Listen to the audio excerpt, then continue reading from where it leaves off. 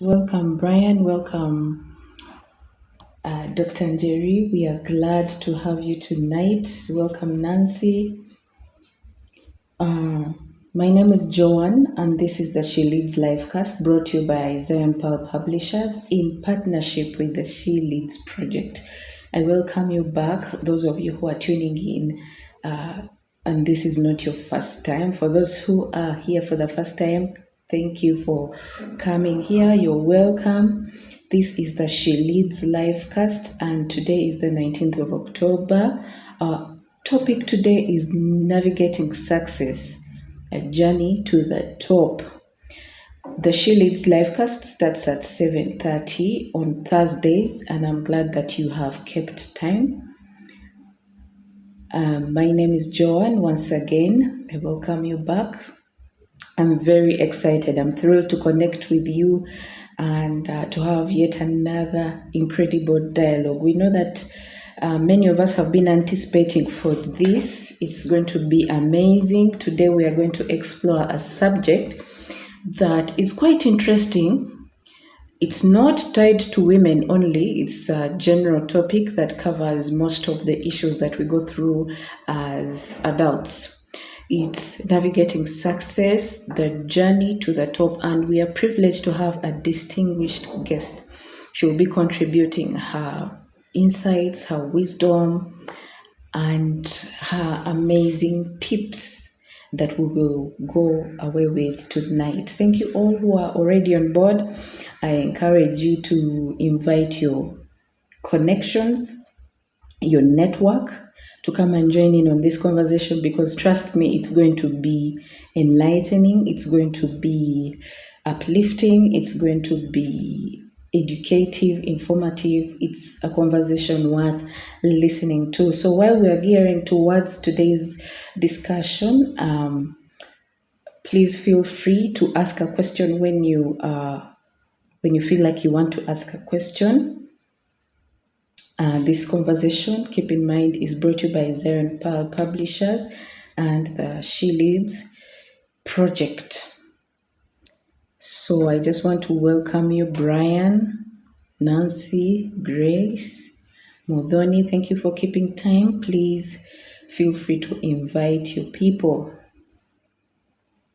We expect to have at least 50 people tonight because it's going to be amazing. So once again, our topic is navigating success, the journey to the top. And as we continue, let me introduce to you our guest tonight. It is the one and only Dr. Njeri Kamere. Now, Dr. Njeri Kamere is an expert in public health, and she deals with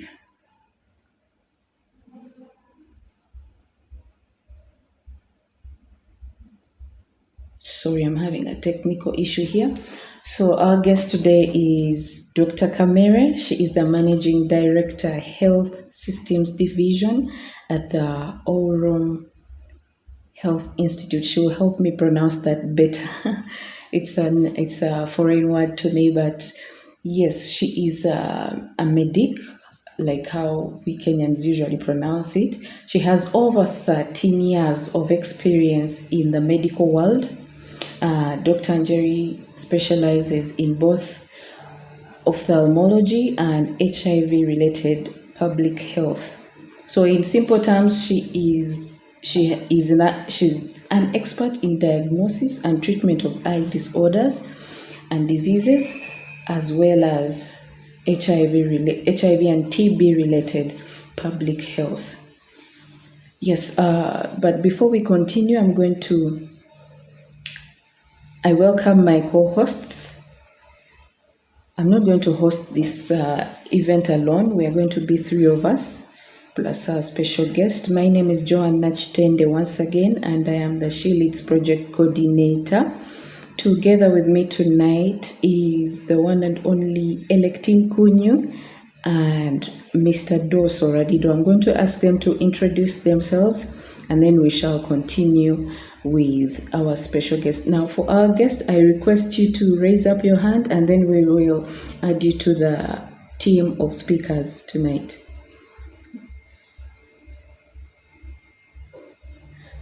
As she joins the podium of speakers, let me ask Electine to just greet our audience,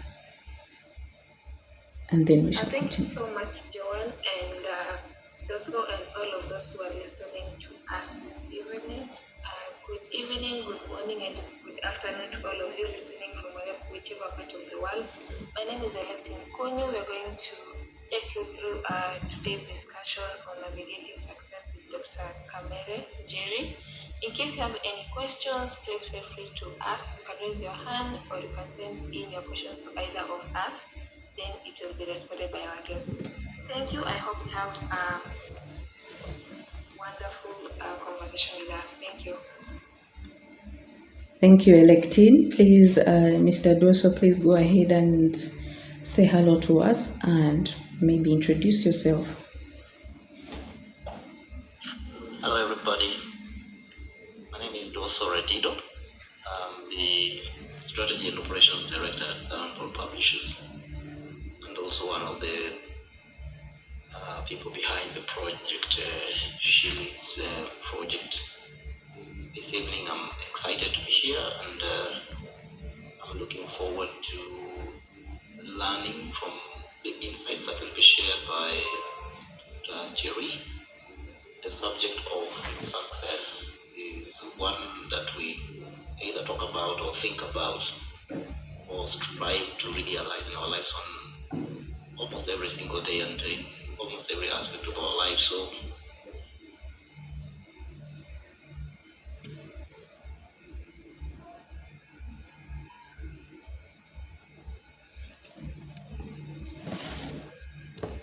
getting to learn from somebody who has gone through the challenges, the ups and downs, is going to be a learning point. I can everybody who's listening in today is also yearning to know what is it that she really did to become who she is today, and what are the challenges that she faced, and what can we learn from that. Thank you so very much.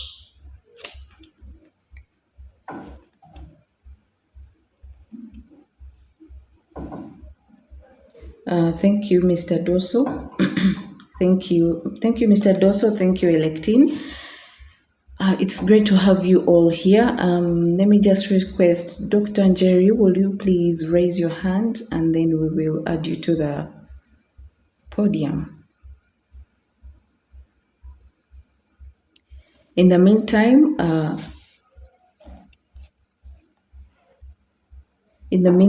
you please feel free, people in our audience, our listeners, to invite your network. It's going to be an amazing time. Dr. Njeri, there is an emoji for raising the hand. You're giving me a thumbs up, but I'd like to see a hand raised. All right.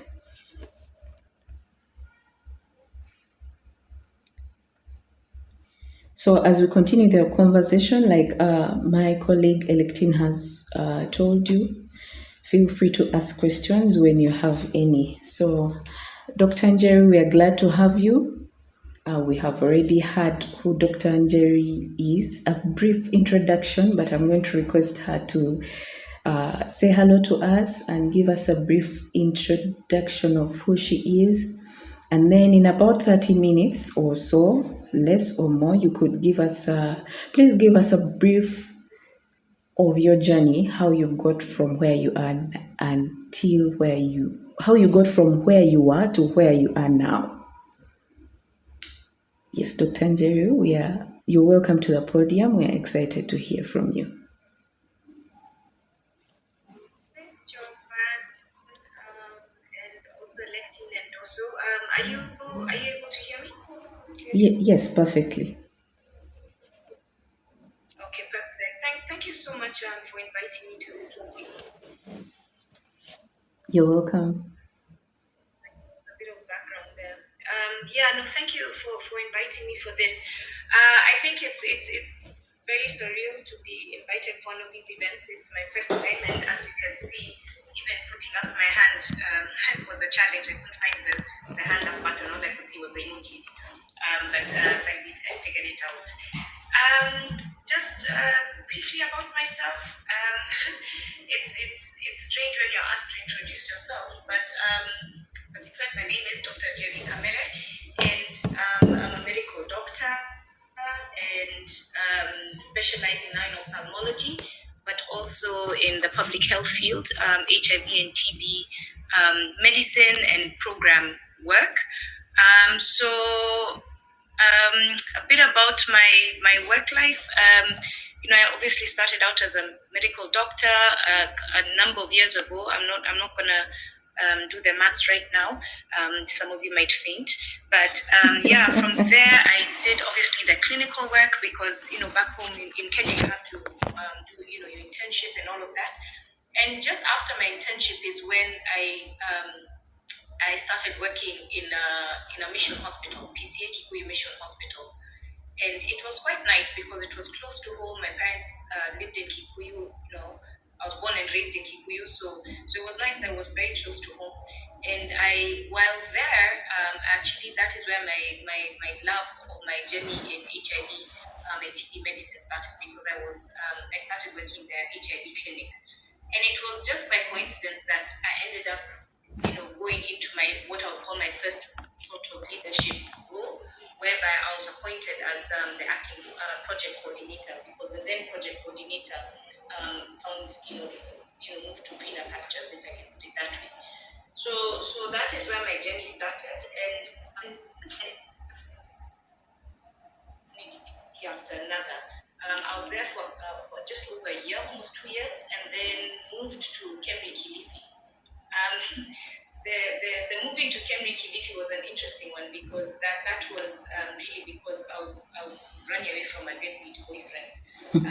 It was a terrible relationship, and as I say also in the book, in my chapter, that life and our personal lives and our work lives are very intricately intertwined.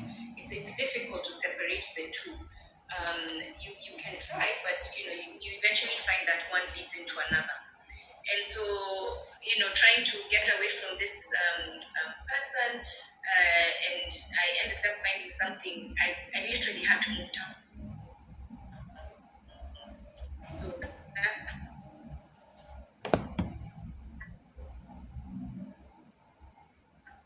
that's how I came across there. And then I expanded, my wings in terms of the medical field. I went into more of clinical.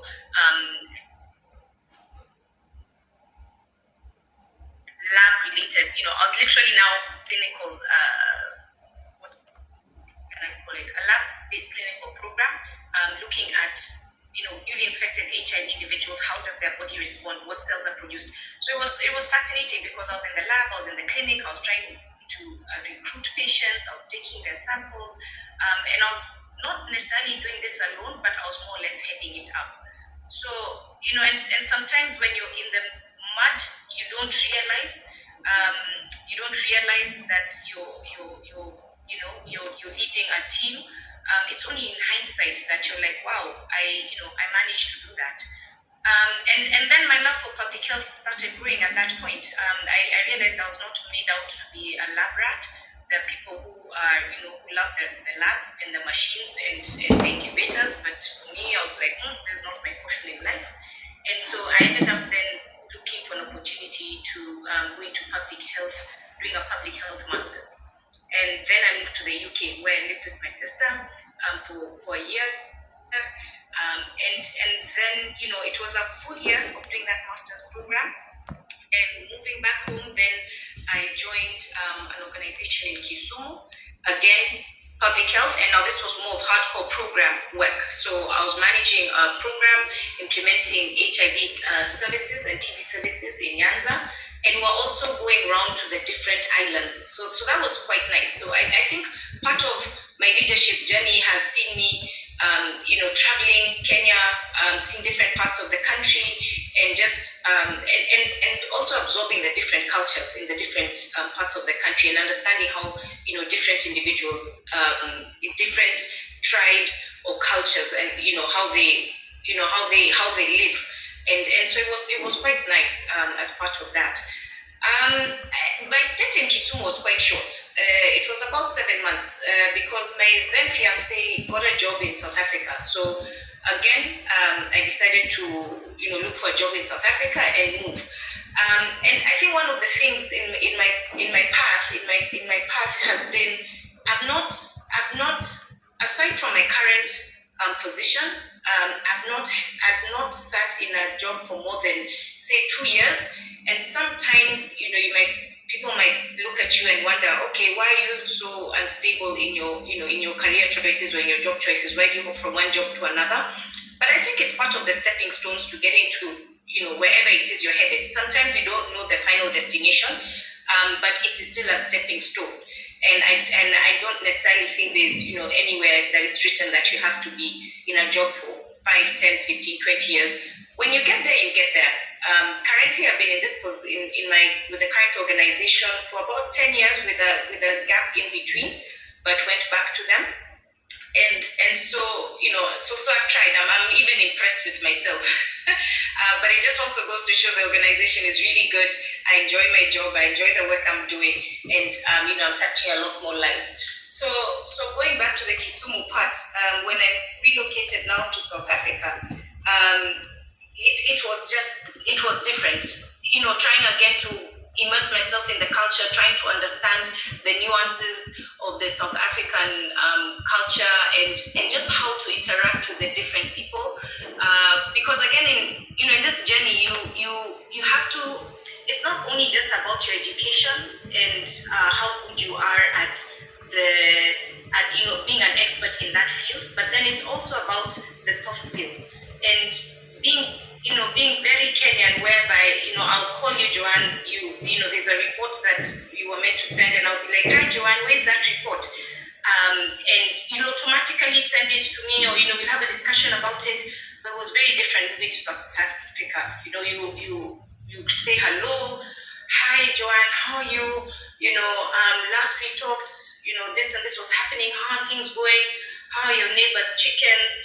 What's happening with them? Are they better?" So it's a whole like 5-10 minutes before you can actually get to what you need. And sometimes we're under time pressure and all of that.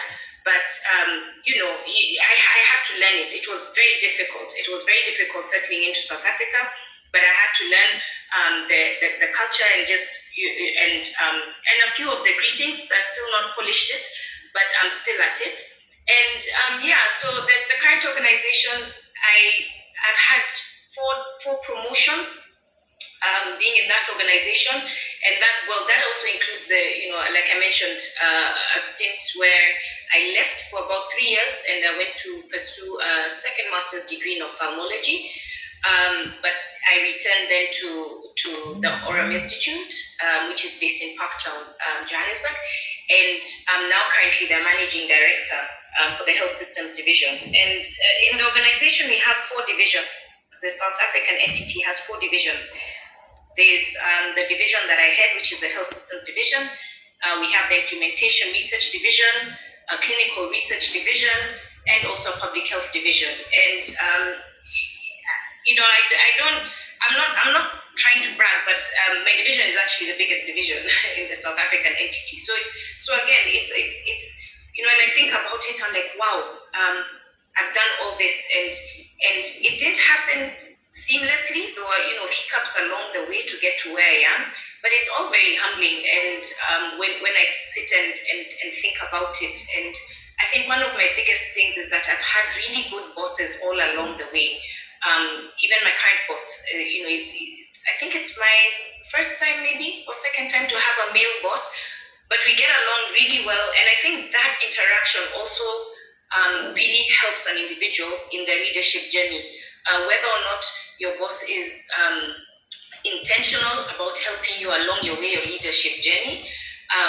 or not intentional, but they still support you. I think it's really crucial, and that's also one of the things I make sure I do, that I support the staff who report to me, and the ones who are 2-3 steps down the road from me. I still try and see how can we support different individuals in their particular leadership journey. Let me pause there, Joanne, and it was meant to be a brief introduction, but when I start talking, sometimes I get excited, so I'll maybe pause there for now.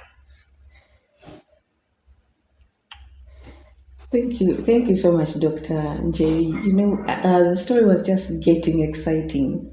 You are just about to reach that point where I'm going to ask so many questions. But before we continue, I have a question. So I'm wondering, how exactly did you start your career? What was the beginning point? The beginning point was actually going to med school, I think.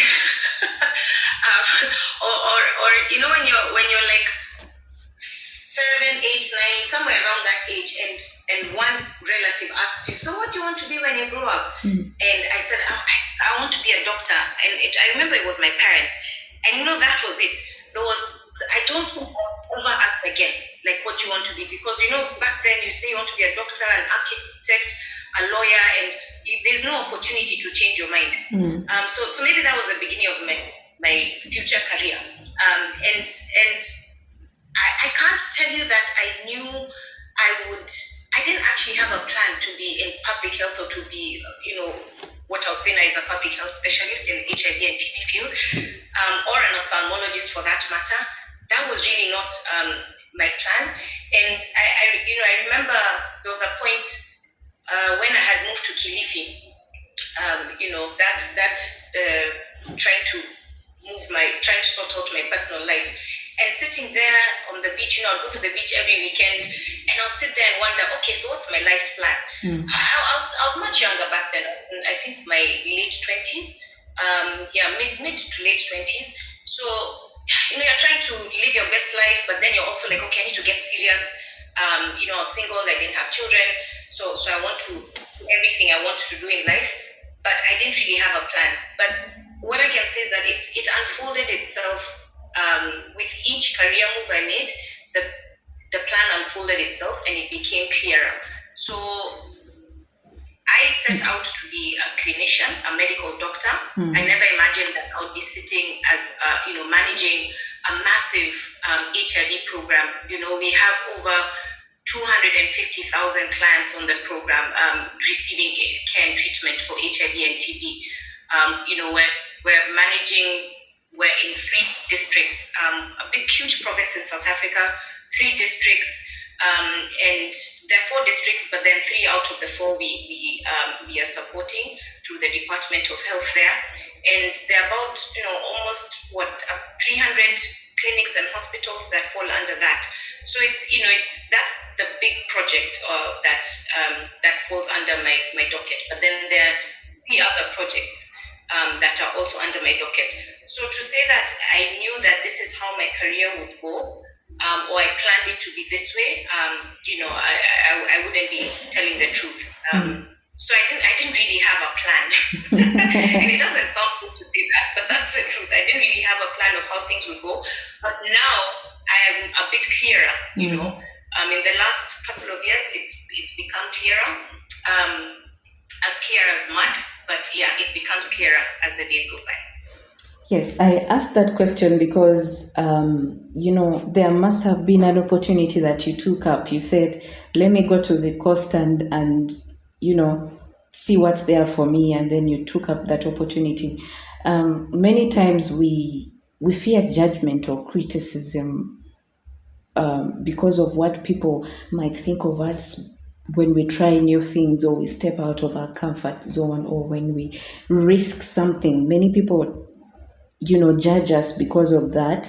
But from your story, it seems like something that has helped you build your confidence. It has helped you overcome fear. And with time, you have focused on your own growth and your own development, because you you started out with a thought that I want to be a doctor, and that's what you focused on, and then that focus did not limit you from trying out new things and risking to catch the newest opportunity. So that's something I've learned from your story, and I would like you to give us some tips of how I can build that confidence and say no. I'm going to step one foot out and see how the waters. I'm going to try out this. I'm going to do this if I want to be a medical doctor, or this is my life's purpose or goal. Some people have direction in their lives, and then some people are very creative, that as long as I know what I want to become, I'll take whatever route that takes me to that place. And as we are talking about navigating success and the journey to the top, I feel like you've really brought it out well, that this journey is not straight. It's not a straight line. You've talked of going to the coast, and then you're going to, you mentioned Kisumu, and sorry, that was Kikuyu, and then you mentioned South Africa, and right now you're speaking to us from USA. The journey is not a straight path, and you've brought it out so well. So I would like to know, how do I gain this confidence to step out, to risk, to overcome people's words and judgment and criticisms? Sorry, Joanne, we lost you for a minute there. Sorry, basically, I was saying, you have shown us that the journey to success is not a straight line. Is that clear? Yes. Yes. So I would like to know, how can I build this confidence to overcome this fear, to go out and risk for my career? Yeah, I think part of the fear is imposter syndrome. At least for me, part of that fear was really imposter syndrome. Like, really, do I know what I'm doing? Sorry, John, there's a bit of background.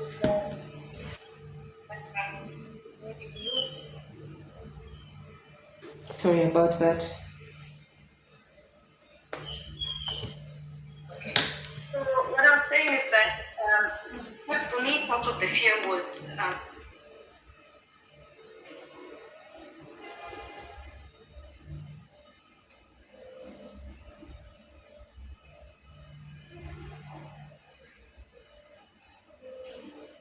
the imposter.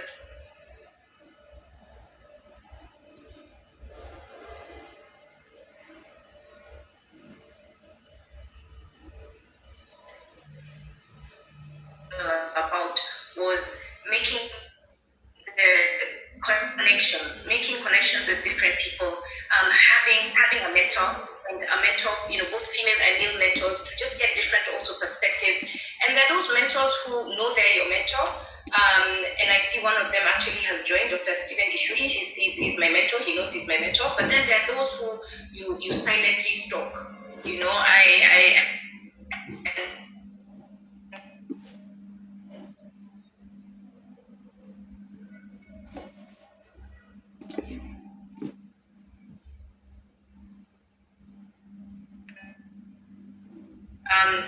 And then there's also the trying new things. For me, moving countries, I've moved countries, I think 3 times now or 4 times, and especially relocating to South Africa and then moving back to Kenya, then moving back there, and just that back and forth. You mentioned earlier about people wondering if you're a bit crazy, with the things that you do, etc., or doubting you. And that was one of the things. Like, when I was moving back to Kenya, there were a couple of people who asked me, like, are you sure you're moving back home? Do you know how many problems there are in Kenya? And I'm like, actually, there are problems all over the world. It just depends on how you want to see those problems. You can look at those problems as mountains which will sit on your head, or you can look at those problems as opportunities for you to expand yourself.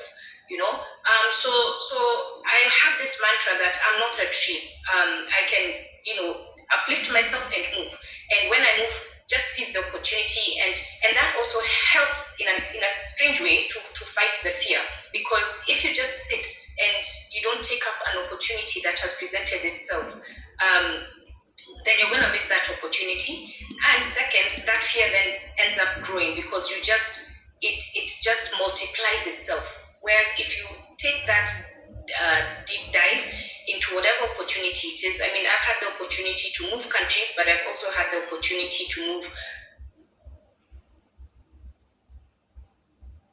and it's never been easy, but then I think it just really helped to build that confidence. Something else that I would say is just doing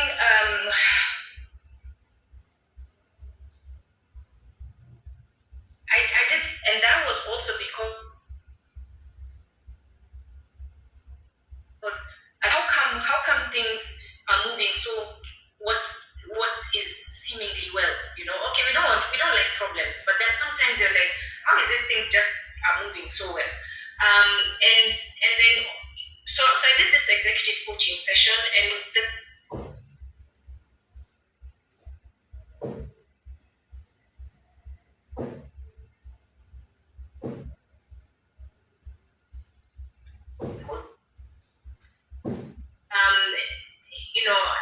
I'm this person at work, and I'm doing all this work, and I'm leading a huge team. Right now, our team sits at, it's just shy of, I think, about 1,000 staff, the team that sits under my division. And it's, in one minute, like, oh my goodness, like, I hope I'm doing the right thing. And I was quite surprised. He said, okay, he's never had a director. Excuse me. To be able to coach a director who has brought themselves forward because they don't know what they're doing. And so we did a whole 360-degree evaluation, and usually does it with 6 people. But I told him, no, let's do it to the max. So we did it with 8, because I really wanted to hear, what can I improve about myself? So for me, that was also part of overcoming that fear. Because I don't feel that, my topic was the journey to the top, but it's still going. Where is the top? It's topless. Can I put it that way? And I don't know what my next opportunity will be, but there's always still that fear. There's always still that fear. Maybe one day I'll be, president of a global program or something. I don't know. But the fear is still there. For me, it's just there, and it keeps me grounded, I think, to some extent. So I don't allow the fear to incapacitate me, but I let it keep me grounded and humble in knowing that I don't know everything. And for me, it is still a journey in learning, in understanding new things, and in meeting new people. So that fear, there are different ways to handle it, but I would say that it doesn't completely go away. Joanne? Yes, thank you so much, Dr. Njeri. I like that you've emphasized the issue of executive coaching. Many times, those of us who are in leadership tend to think that coaching is just for waste of money, or it is something you do as a luxury. But the way you brought it up actually shows that it's a necessity for any leader, not just people who are in the C-suite, but even people who are starting out. We need some sort of coaching and mentorship, and I am a firm believer that that makes a successful leader, especially for we women who, we are trying to break glass ceilings. We try more than our male counterparts have to try in order to make it at the top.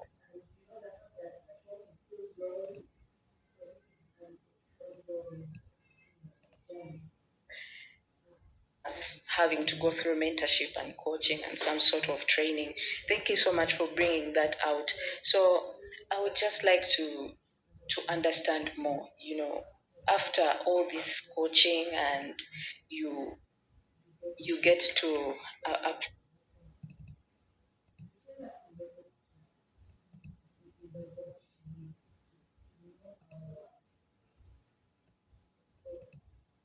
place. Sorry, Brian, I think we've lost you again.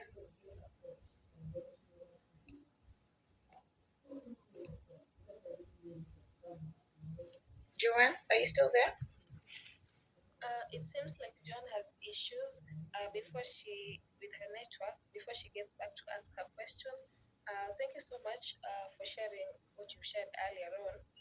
And I'll just go back to when you were introducing yourself and how you've been able to experience different journey moving from one place to another when it comes to your leadership journey. So I would like to know um, what are some of the best ways can somebody use when it comes to new situation and new places? Because you said you kept moving from one place to another. How is this? How can this be adapted as a leader? Oh, wow. Electing. Yes. We decided to jump right into the hard questions. Moving is never easy, and that's why I said I had to come up with this mantra in my head to say that, to tell myself that I'm not a tree, so I can move. And I've almost actually mastered the art of relocating with just two suitcases. One has my shoes and the other one has my clothes. um, and because at the end of the day, you can always go and set up again. So I think in my leadership, in the concept of leadership, or at the workplace, sometimes you will find that what you're doing is maybe not working, so you need to be dynamic and a bit flexible, or flexible enough to diversify and look at different opportunities. So even where you're working, if that is not working for you, maybe you don't gel with the culture and the values of the organization, it is not what you imagined, there's always other opportunities, and so it's a matter of allowing yourself to be malleable enough, if I can use that word, to be able to move and not completely destabilize yourself or your life, depending on who else is in your life, but still be able to make that move and challenge yourself enough, but then to still keep things, to still keep some form of stability within that move. So I don't know if that answers you somewhat, but it's a challenge. It's difficult. Trying to balance all of it at the same time is not easy, but it can be done. I'm proof, and I'm sure there are many others out there who are also proof that it can be done. Oh, that's really interesting. I don't know if I can borrow your mantra where you say that you're not a tree. Yes, you sure can. Yeah, that's a good one. We've also mentioned something in regards to culture. I don't know, when you are moving, did you experience some kind of culture shock, and how did it affect your leadership journey? Yes, yeah, the culture shock was serious. I think, I'll go back to the example that I gave for South Africa, in terms of there's what I talked about, how I interact with my colleagues, but then also just let me just sound a bit backward here. I moved to South Africa, and Johannesburg, Sandton City, you'd hear about it, or you'd see it on TV. And it's like the Dubai of Africa. I'd never been there. And I get there and I'm like, wow, Sandton City, you hear it's the richest square mile in Africa. Okay, I'm not sure if it still is, but at the time it was the richest square mile in Africa. There are all these fancy roads, cabro, those things which you see in TV that are only in Italy or Spain or wherever. And so it was really fascinating. It was really fascinating getting there, and then now trying to gel now with the team, because like I said, Kenyans. I think Kenyans were just generally very straightforward, and this needs to be done, and I need to get this done. We need this report out by a certain timeline. On occasion, it was quite frustrating because you know, some things would fall by the cracks. A report which was meant to be due the previous week, I'd only find out that the deadline has passed. So when you ask, okay, when was it due, and you're told it was due last Friday, you're like, wait, hang on, but today is like Thursday of the following week, and so now you have to get planning, to get that report out. But the thing is, different cultures and individuals are different. When I think of living in London for the 1 year I lived there, living in South Africa for the number of years that I've lived there, the cultures are very different, and it's just a matter of understanding and understanding the different cultures and respecting that culture enough to be able to try and fit in as best as possible. Like I mentioned, I've not learnt the language as far beyond the greetings, and I should probably put a bit more effort to learn a bit more than that. But yeah, I think once you've learned a bit of how the individuals are, and have a few friends who are local. South Africans, they're actually they're fantastic people once you get to know them. But initially, it was really difficult trying to settle in. Yeah. Okay, that's really interesting, and it was quite a journey. And also, congratulations! You said you have already experienced full promotions in your post, right? Yes, that one. What I can say is that some things you have to go for it. If you just sit waiting, it doesn't necessarily come. And also sometimes even with your salary, your remuneration. That word is hard, but that word you have to ask. If you don't ask, you don't get. You could be the most fantastic employee, and your boss thinks you're a fantastic employee, you're doing a really good job, but if you don't ask, most of the time you won't get. There's also the expectation that my boss knows I'm this good, so they should also come to me and say, you know what, we want to promote you, or there's this other opportunity, or we're thinking of, we're going to give you a raise because you're so great. But you need to remember something. That boss could have 10, 15, 20, 100 other people they're also handling, aside from the other work that they're also doing. So I always tell myself, if you don't ask, you're not going to get, and don't always expect somebody else to come to you to offer you something. There's nothing wrong with asking. And I think as women, most of the time we sit back and wait for these things to be brought to us. Whereas, unfortunately, this sounds very stereotypical of what I've said of women, but even the same applies for men. They're more forward. They will ask. And you've had things, you've had situations where a woman and a man have been offered the same position or similar roles, whether or not at the same time, it could be at different times, but you'll find the men are earning more. And research has shown it's not even something stereotypical, it's there. Men generally earn higher salaries than women for the same position. And so, I really had to ingrain that into my head when I've been blatant and somehow also maybe shameless when I've asked for salary increase, because I'm like, you know what, I know what I'm doing. Even though there's the imposter syndrome sitting behind there somewhere. But sometimes you tell yourself, what's the worst that can happen? They will say no. So whether it is for a promotion, whether it is for a salary increase, whether it is applying for a different position within the organization, you just have to ask. The worst they can say is no. Okay, that is great. You also said, I don't know if, but before I say what I want to say, I would just like to remind our listeners, in case you're finding this conversation interesting, you can still invite your followers also to get to learn something from this conversation.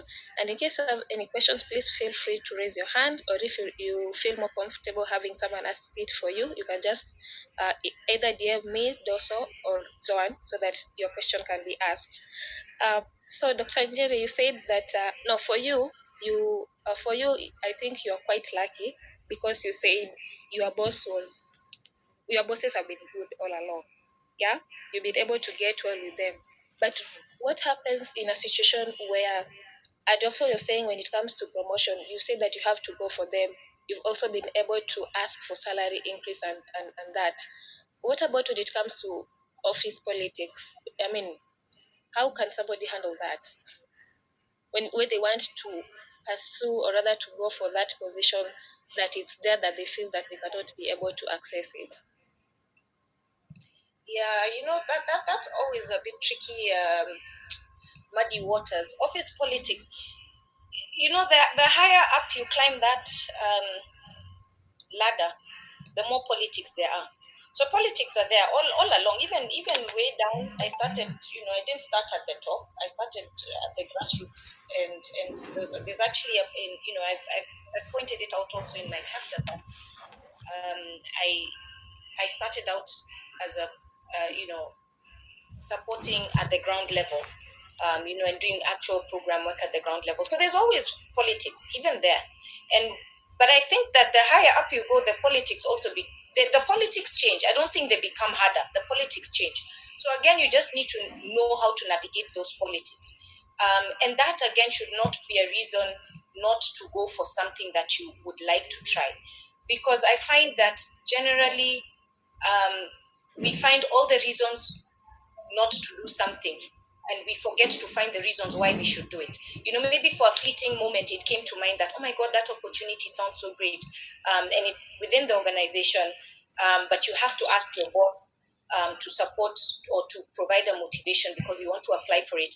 And then after that you start, now those politics enter your mind. You're like, but then so and so and so and so, and this other person might be better suited. So you start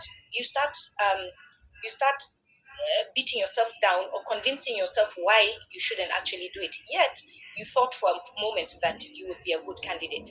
So I think in those instances, number one, you need to continue convincing yourself and giving yourself the reasons why you're still the best candidate for that position.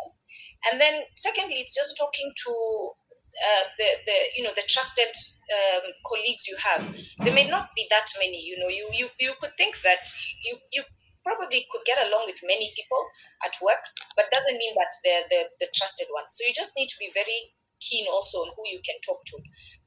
If you have you said if it's maybe you have a bit of a difficult relationship with your boss, at the end of the day, you still need to talk to them.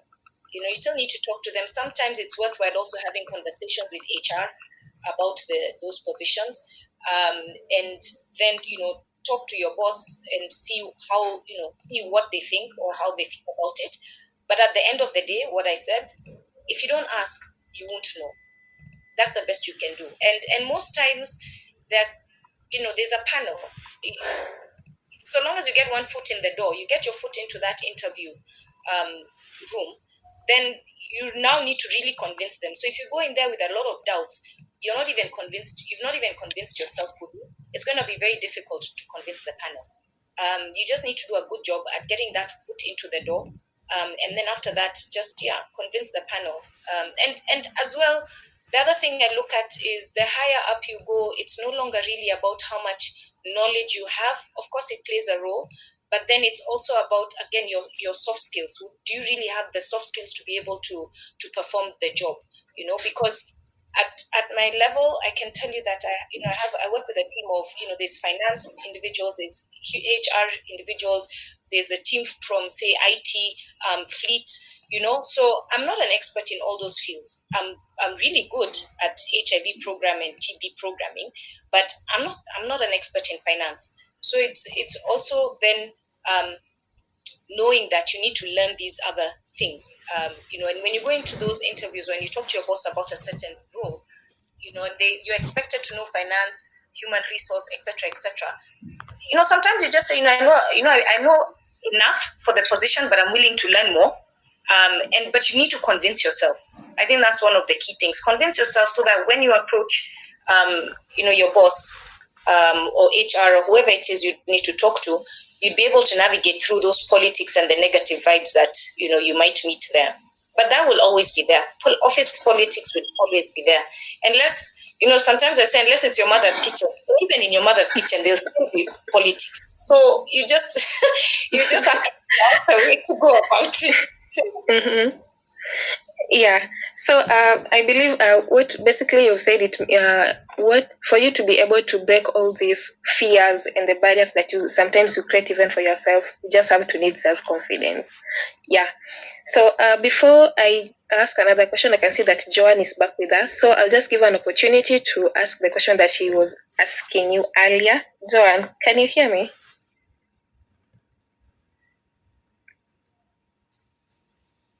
Joanne's network is trying to drag her down. Refuse, Joanne, refuse. They're giving me negative energy tonight, but thank you so much. My question was actually answered. Unless you allow me to come up with another one. That's even better. Yes. So Dr. Njeri talked about having a plan in life. Starting out, she said she had no plan. She went to the coast and she had no plan. But when she went to South Africa and had an encounter with her coach, she realized that she needed to have a plan in life. So I would like you to give us a perspective of those two different lives: a life where you have a life plan and a life where you are just going with the wind.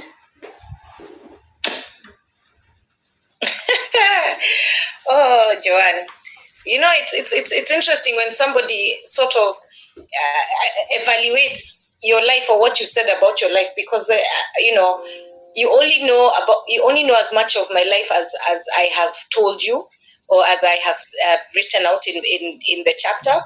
So it's interesting when now you hear that, okay, actually there was a part in your life where you had no plan, and then later on there was a plan. So tell us about the two perspectives.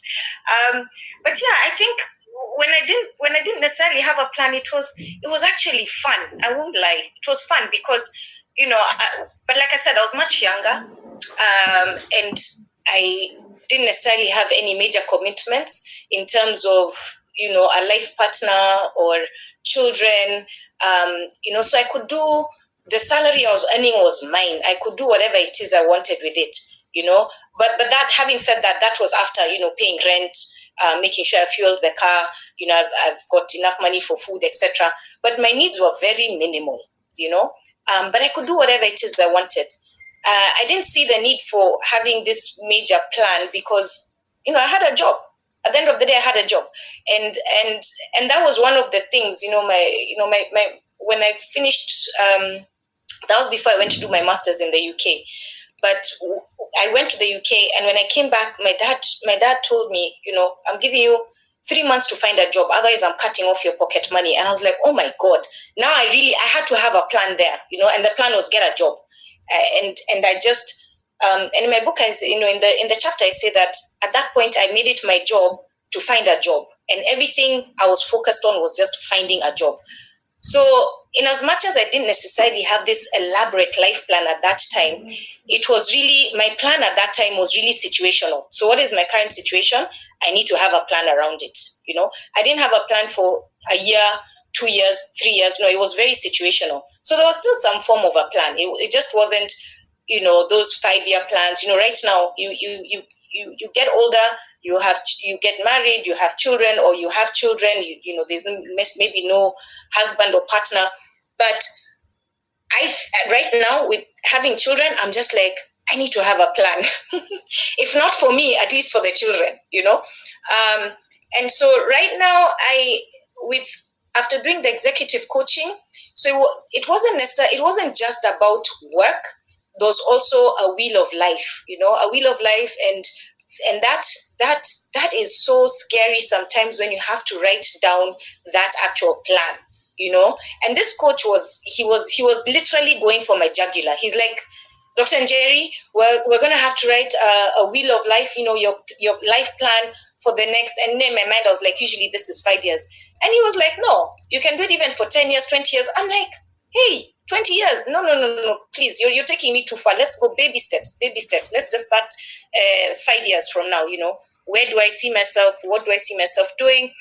And then, but he was really pushing me, and he said, okay, at least even put in, he's like, the kids, etc., life events, birthdays, anniversaries, etc., at least put those in for the next 20 years. I'm like, look, I'm not going to forget, right? I'm not going to forget. But anyway, I did that little exercise.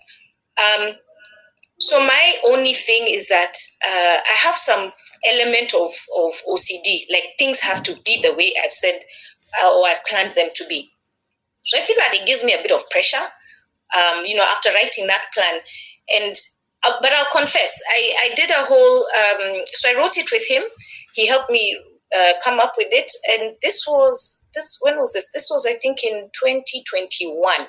I know it wasn't. Last year was 22. So it was in 2021, I think, that I did this. Yeah, it was 2021. And then that December 2021, I went for this art session with a friend of mine, whereby you do a vision board, and I was like, this is perfect, because I've just written up this life plan, or work, whatever, wheel of life with the executive coach, and I can put it down on my vision board. And then I found myself moving back to Kenya, and I wrapped up that vision board. I didn't complete it in that session I went for. I wrapped it up, and it's still wrapped up. But it doesn't mean that my plans are still wrapped up somewhere, like, literally. I'm still going ahead with what I wrote down. It's just that I've not gone back to it and unwrapped it and put it up, because the idea is to put it up so you look at it every so often and bring yourself back to it and say, am I still going through with what I had planned to do? But there's a lot of pressure. For me, I just feel like I've put a lot of pressure on myself to follow that plan. Because that's just my personality, not necessarily that others would have the same kind of pressure. But yeah, I think it's very helpful when you've put down your thoughts on paper or on a board or on whatever it is. But when you've put it down, for me, I find that aside from the pressure, but it helps you to just sort of have your mind in check. So that some things don't fall on the wayside. I want to do this in the next year, in the next 2 years, whether it is investing in property or investing in yourself, doing a course or learning a new, I want to relearn how to play the piano. I used to play the piano in primary school. So now I want to learn how to play piano again.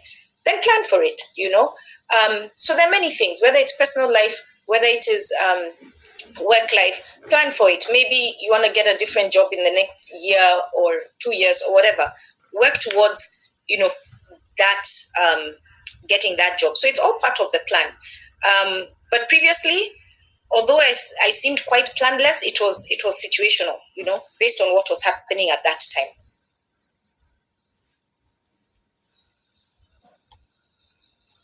Amazing. So the way you've answered this question has really brought up the fact that our personal lives are very intertwined with our professional lives. You've showed us that as you make this plan, you're not only planning for your career, but you're also planning for family, you're planning for social life and everything that falls under that. So in the book, I got an opportunity to read the SheLeads book, Volume 2, where you are a co-author. You mentioned something. You say that being a mother is not only an extreme sport, but also a leadership role. And you brought this out in your perspective, showing us how you make this plan. It's not just for your career, but also for family. So throw some light on this nature of leadership that falls under motherhood. Show some light on this nature of leadership, and what lessons can we pick from it to implement in the workplace? Thanks, Joanne. Yeah, being a mother is a whole other level of a leadership role. Those humans just teach you that life is not life is something else. They have they have a different perspective on life. Now, children literally have no plan because that's not their job. It's your job as a parent to have a plan. A parent or a guardian, it's your job to have a plan for them while trying to have a plan for yourself.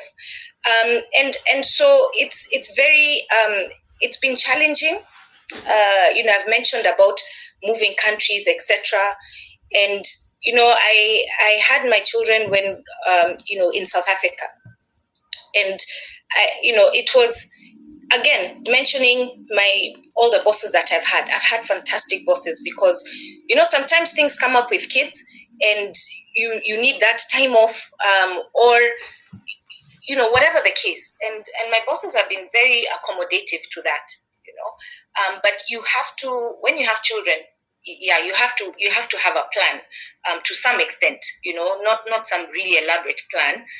Others do, but for me, I was like, I just need to have some sort of a plan. For instance, you have to drop them in school, you have to pick them up, they have to get lunch in school. My kids had all sorts of activities, and I think COVID, in a very weird way, COVID helped a lot of maybe companies and individuals realize that we are not robots at the workplace. People actually have families, whether it is children but parents, siblings. People actually have families and things going on outside of the workplace. And it was funny. I mean, it reached a point where my colleagues now all knew my children. Previously, it was only maybe one or two colleagues, including my boss, who knew my kids. But during COVID, my kids would be so fascinated. Like, I'm in a video meeting or whatever, Zoom call, and then they'll come and they want to say hello to everyone, and they'll time it. They would time it so perfectly that either it would be at the beginning of the meeting or at the end. And my son had this thing he would creep up behind, and then you're there talking, and you're talking serious things. You're talking. It's not at the moment when I'm cracking my shady jokes, but I'm talking serious things, and then I just see this little face coming slowly into the screen, and I'm like, oh my god, what is happening here? And they would find it so fascinating. But I think it also made colleagues at work sort of loosen up, but not to the extent where now you become such buddies that you don't take anyone seriously, you're not taking your work seriously. But it helped us realize that, okay, everyone actually has something going on. And some of my colleagues also have pets, and it was interesting because they also have to handle their pets at that time, and you're like, go feed your cat, your dog, whatever it is, like, do what you need to do. I think it just made the work environment a lot more easier. And so for my kids, there were times when I would have to also take them for whether it was gymnastics or their swimming or Kumon. My son was doing athletics. I would have to dash him for athletics. And because of the nature of the work that I do, you'd find that some of the Department of Health colleagues that we work with can only have a very impromptu meeting at, say, 6:30 p.m., and that's the point when I'm driving the kids somewhere. But, you get onto the meeting and you say, listen, I'm sorry, but I'm in the car and I'm with my kids or whatever. So you might hear some, you can only tell children to keep quiet for so long, otherwise they'll start talking. So it required me to just be a bit more, to plan my day a bit better. And when I'm traveling, maybe when I need to take them for these activities or whatever, then I plan my meetings around that. But yeah, my kids have really taught me to be a bit more organized, although sometimes they throw me into disorganization and chaos, but they've taught me to be a bit more organized, and they have very different personalities. In my chapter, I say that my daughter is me and I am her. She's very bubbly. She's very outgoing, very energetic. My son is more laid back. He's very chilled. So even just handling those two personalities, I'm like, yeah, this is teaching me how to handle different personalities at work. So it's been quite an interesting. It's quite an interesting perspective looking at the children and seeing how it has shaped me as a leader at work. But yeah, there are many different lessons that I could learn from being a parent. But even before having the children, there's still other lessons. And so I don't necessarily think that having children has to really change you or shape you. There's tons of, people who don't have children, but they still make fantastic leaders. But for me, having my two children with very different personalities has, like I said, it's given me a PhD in character development, resilience, patience. Yeah, those humans can push you to the edge of your tether. But I love them to death. Joanne?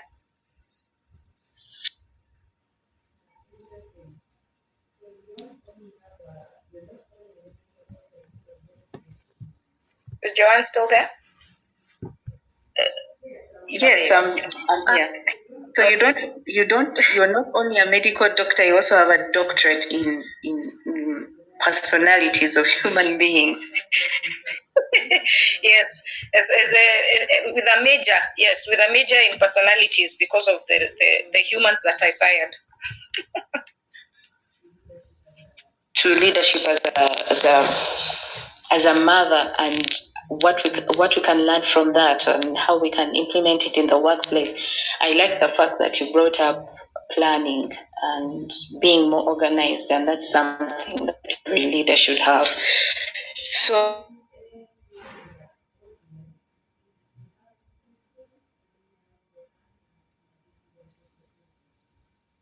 Joanne, your network is really network is really letting her down. Yeah, it seems like we lost her again. Before I go to the next question, or rather ask you another question, this conversation, I just want to remind our listeners that this conversation is brought to you by Zion Pearl Publishers and the SheLeads project. In case you have any questions, feel free to raise your hand, or you can DM us, then we'll get to ask the guests. I don't know if Doso has any questions for us. Doso, can you hear us? Yes, I can. Okay. If you have a question, please feel free to ask. All right, thank you so very much, Election, and thank you, Dr. Njeri. Your story is quite interesting, and I like the way it's so raw, it's so authentic. You didn't put makeup on it.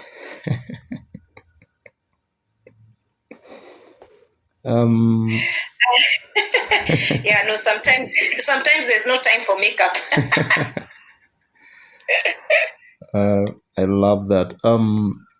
When I looked at the topic you're going to discuss today, I was asking myself the question, so what is this thing about navigating success? It's not a very common phrase really for people to talk about. I mean, to put it that way, because the impression around success is usually dealing with the challenges and the obstacles of all these things. So, which is actually very, very true, because success looks like you have to put some effort into it. Otherwise, if you take a laid back approach, then the force of failure would just push you back or pin you someplace down, so that you can't be anything unless you are coming up with strategies or putting up effort here and there and stuff like that. So I'm keen to know, how did you deal with the success when it happened? Because your story is dotted with so many moments of win, if I may use that word, and either you were blessed or lucky to have begun experiencing them at an early age. But as you have correctly said, there was a lot of effort, there was a lot of good thinking behind all those success moments that you created for yourself. So I'm keen to know, how did you behave, or how did you handle those euphoric moments of, I was dreaming this, it's now a reality, I wanted this, now I got it, I was feeling like I needed this and I fought for it, and now it's in my bag.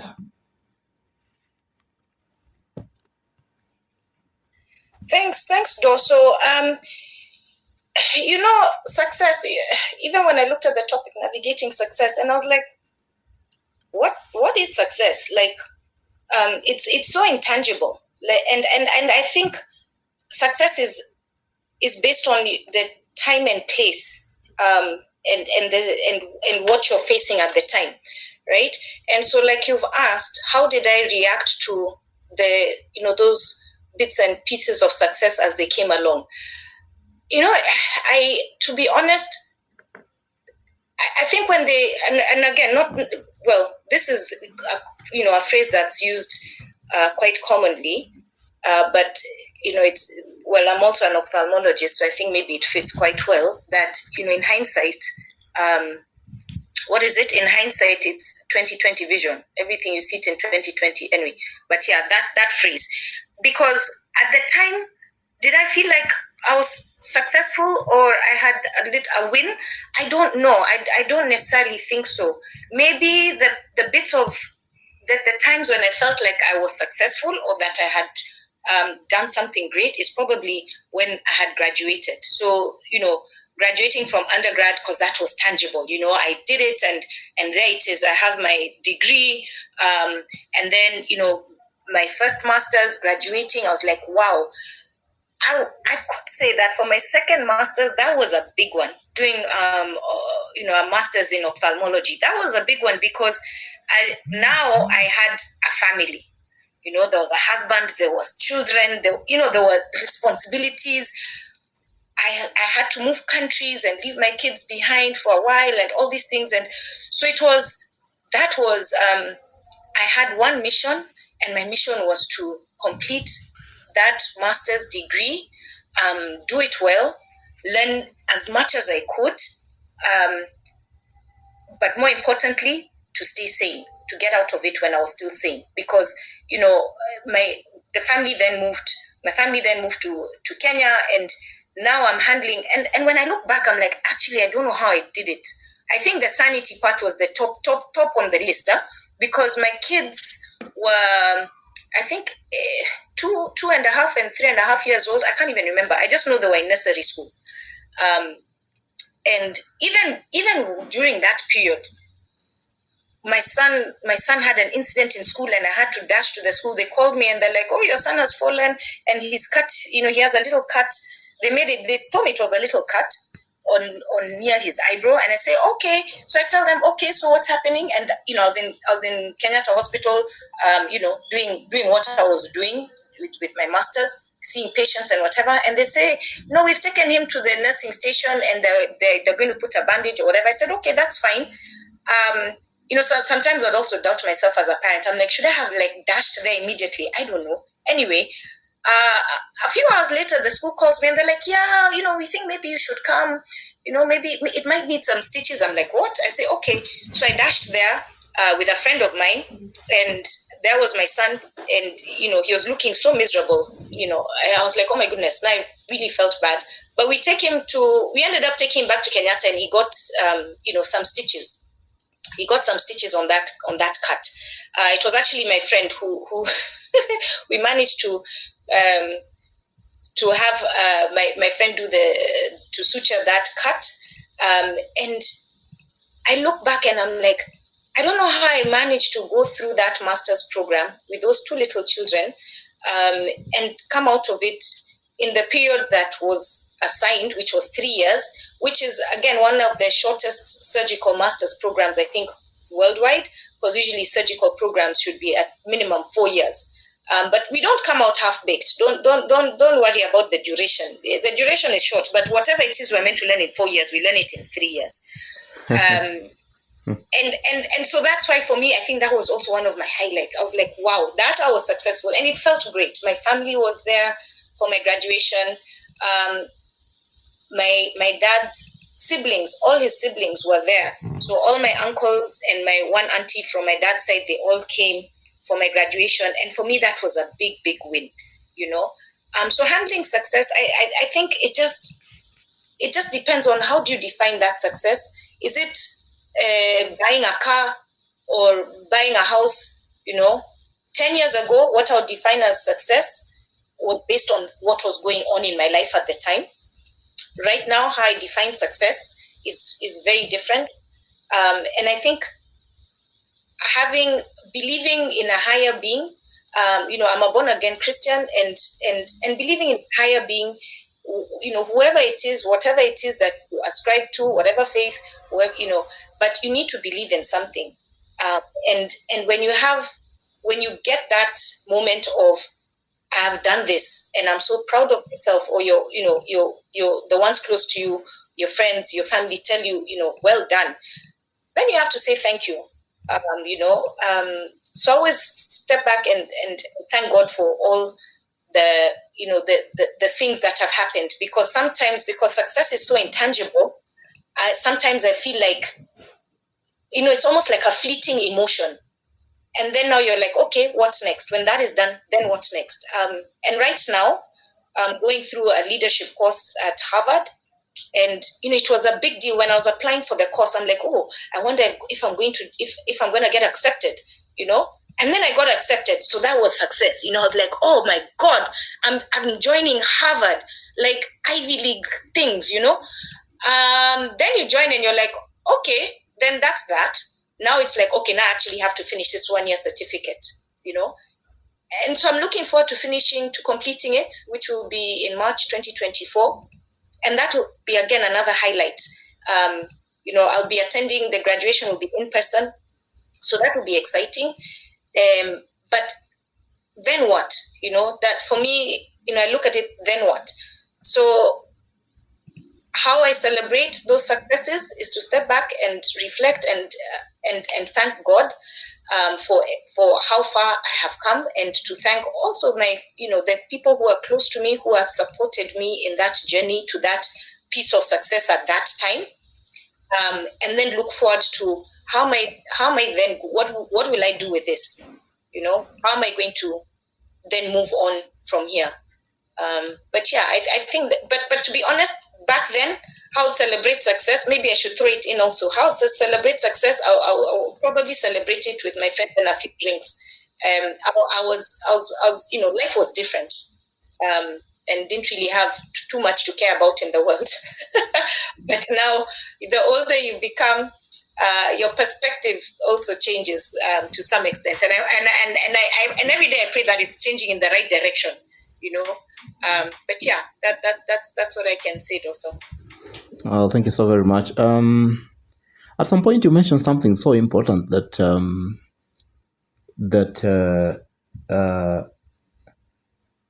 caught my attention. You talked about viewing obstacles as opportunities for growth. When you mentioned that, then I began to have a feeling that maybe that is why we needed to have the title Navigating Success, because people navigate challenges. People don't navigate success naturally the way we speak out here. And you talked about the need to see obstacles differently. I don't know whether you said that because you have a background in ophthalmology and therefore eyes are all over your speeches. Maybe. But I want you to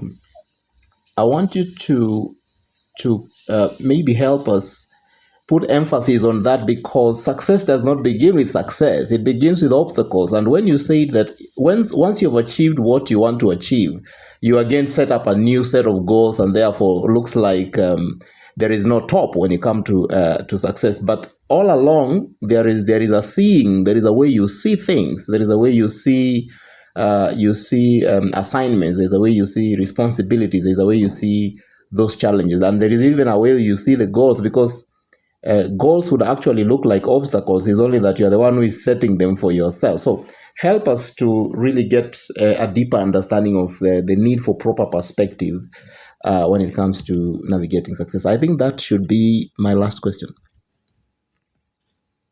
Thanks, Dosso. Yeah. I think what I can start by saying is that when I say that obstacles are an opportunity for growth,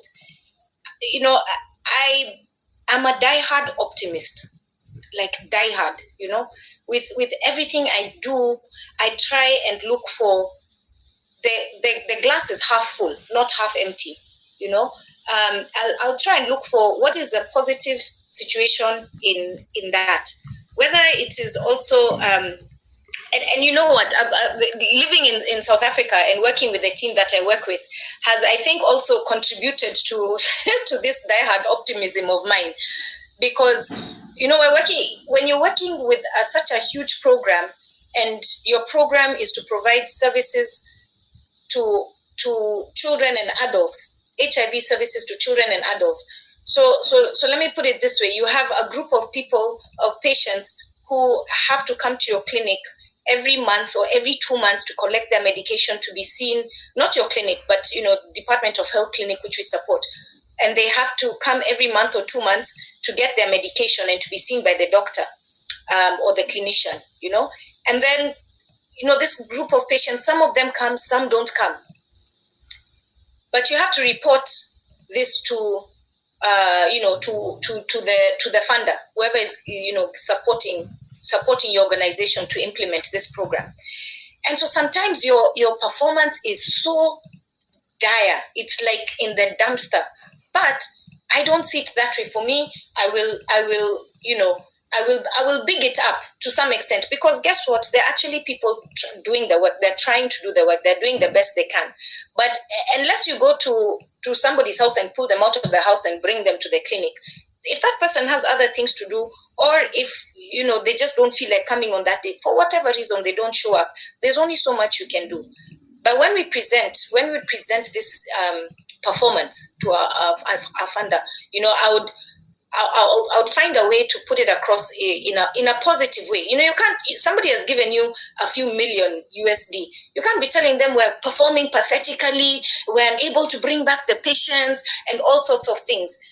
On one side, that's a seriously career limiting step, but on the other hand, you have to tell the truth, but you don't really need to make it sound that bad, So I was, I got coined also as the spin doctor, but in a good way, because for me, I'm like, we have to be optimistic. If you sit in the dumps and you're like, this is not working, we're not able to bring them back, we don't know what to do, blah, blah, blah, then actually that is what is going to happen.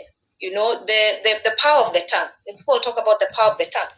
So what you speak positive and strive for that positive, without necessarily, of course, living in this world of utopia where there's nothing negative that can happen. No, we know all of that goes on. But it's how can we navigate those obstacles?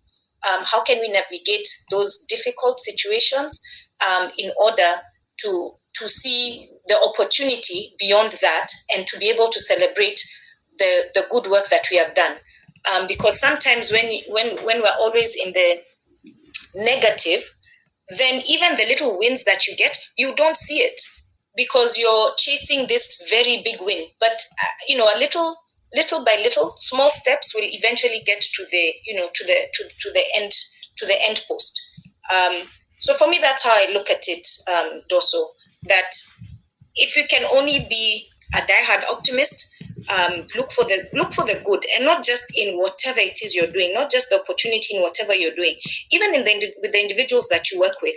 As leaders, we have we work with a team, however big or small that team is. You could be running your own company and you have 5 staff who report to you, or even 2.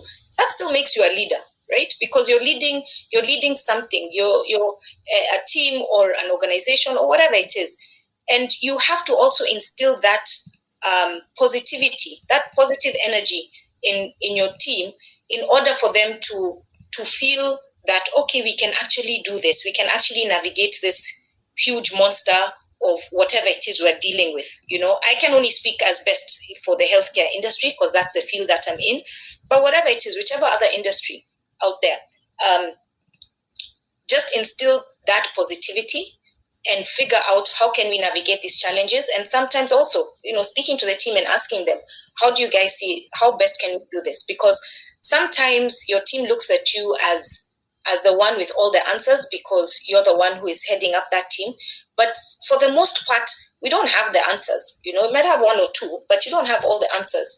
And that collective collectiveness. Now I'm going to start creating words here, but that one, and teamwork, and everyone feeling like they're pulling this together, but with a positive spin to it, then I think it gets you, that much further. Thank you so very much. I love the way you coin words here. You're helping me a lot. Die-hard optimism and talking good. That point of talking good about how the situation looks like, sometimes it's hard. And when you say about that sometimes not talking good can be career limiting, I so much agree with the profundity of that statement, because that becomes one of those very important soft skills, just talking good. The situation may not be looking good, but sometimes talking good makes it look, makes it easier to manage, because a lot of times people get frustrated by stagnation or the threat of failure, or even the threat of just losing it all together. And sometimes because of that, they talk themselves out of a potential success that, if navigated well, would probably yield better results. What do you think? Yes, absolutely. You cannot, like I had mentioned earlier, you can talk yourself out of a situation. So it's you can either speak that positivity, and look for the how to twist it to make it positive and work towards it. I'll give you a very tangible example. We deal with a lot of data. So all those individuals I'm telling you who need to come to the clinic or whatever it is, there's maybe 2,000 were meant to come back, and 1,755 came back. I'll be that person who will say, rather than saying, only 1,700 came back, we've not met our target, and we have to work a lot harder, we'd have to do, I put it across as we were just under 2,000. So we almost met our target, but we're just under 2,000, and these are the reasons why we didn't meet that target, and this is what we're doing towards it. So there's a way you can say the same thing in a positive way, and acknowledging your failures, but also acknowledging your success, because there's still success in everything you do.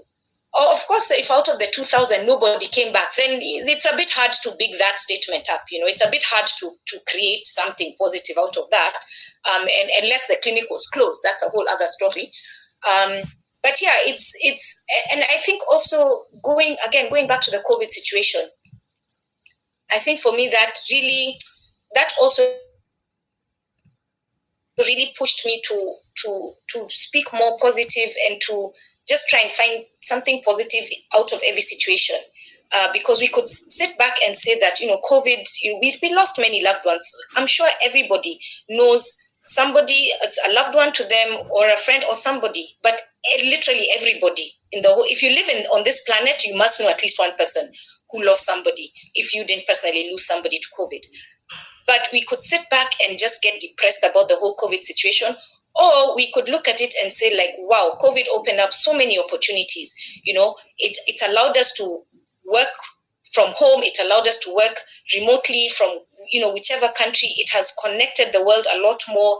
It has allowed us to realize that we don't work in isolation from our personal circumstances. And so when you take that with you, then you'll get some positive lessons out of it. And possibly the world was moving to a point where we were so isolated and just stuck in our world, and we're trying to, everything is so siloed, then maybe that is what we needed to rejig us back into the fact that we are relational beings, and we don't only have relations with our colleagues, but then at home, you have other people that you have to interact with also in your home setting. So yeah, that's possibly what I can say for that point also. Thank you so much. Those are the questions I had for you. You sound like you are wired for success. Thank you so much, Njeri, for joining us in the conversation. I'll hand it back to Electin. Thanks, Dosso. I hope I am hot wired for success. That's really interesting. The questions that also you have asked and the response that you've got from Dr. Njeri, they're really amazing. I don't know if for our listeners or Joanne, do you still have any questions before we give our listeners? Because we've been asking questions right from 7, and I'm sure there's something, one or two things that our listeners have also been able to pick or they will love to ask. Please just raise your hand. This is your moment. Feel free to ask or say something to Dr. Njeri.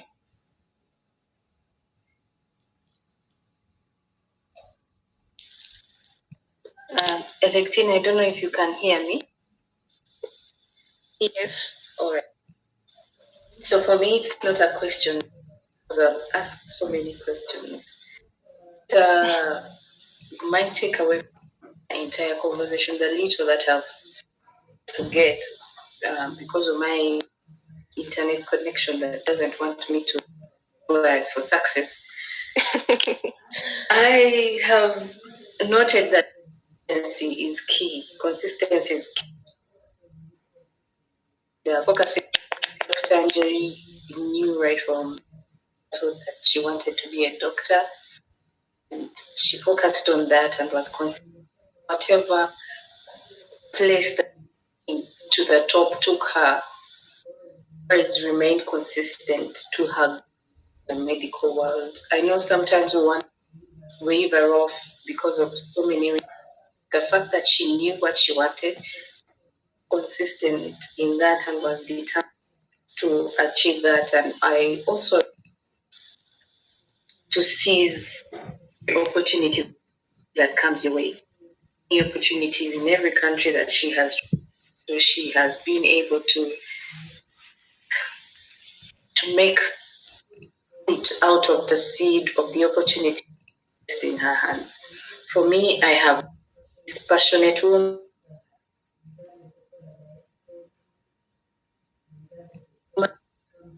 Your way, you can be a successful person. I know she is, but with the has shared, with what time has allowed here, I know that she's passionate and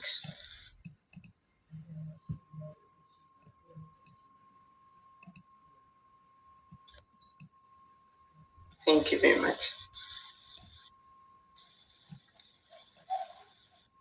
Okay, thank you so much. Thank you so much, Joan, for that takeaway that you also managed to pick from today's conversation. I don't know if there's anyone in our audience who also feel like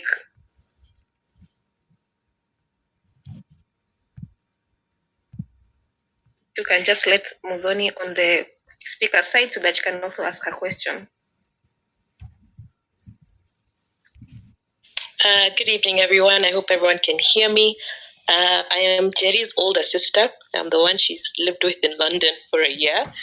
And I can say that I have been a witness to all her experiences all of her life.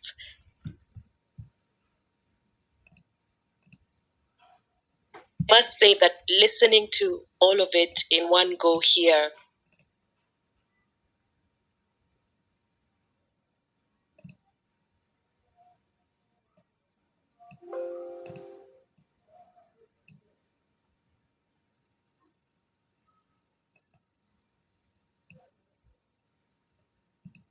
and also just the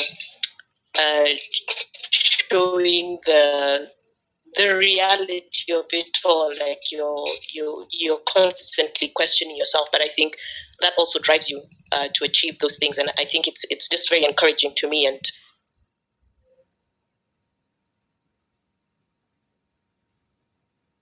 I've certainly learned quite a bit just from listening. That's really amazing. Her speak. So Njeri, well, you're really thank a sister. Yeah, I don't know if there's anyone who also has something to say. Please feel free to raise your hand, then we'll give you an opportunity to say, or rather to ask in case you have a question.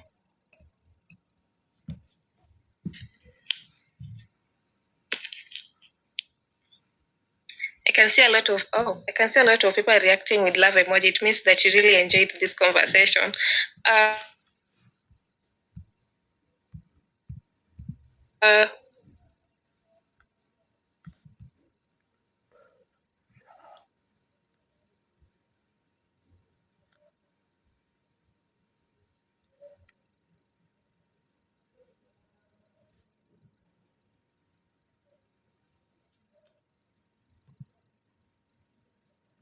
But one thing I've listened to, and I actually sent a message to Coach Jen to tell her about what Dr. Njeri said in regards to we are not trees, we have to move. I use that a lot as a career development coach. I use it a lot with people that I work with here in UAE. I'm based in UAE, but I'm from Uganda. I love sharing it with people and telling people, you are not a tree, you know. It's only trees that don't move, but they also grow. They don't move, but they grow. So who are you not to be able to move or to grow in your career if you want to and if you feel it is time to move? So I'm glad I could hear Dr. Njeri using it also as her metaphor, and I want to tell people here that it really works when you believe in yourself and look at yourself as you're not a tree.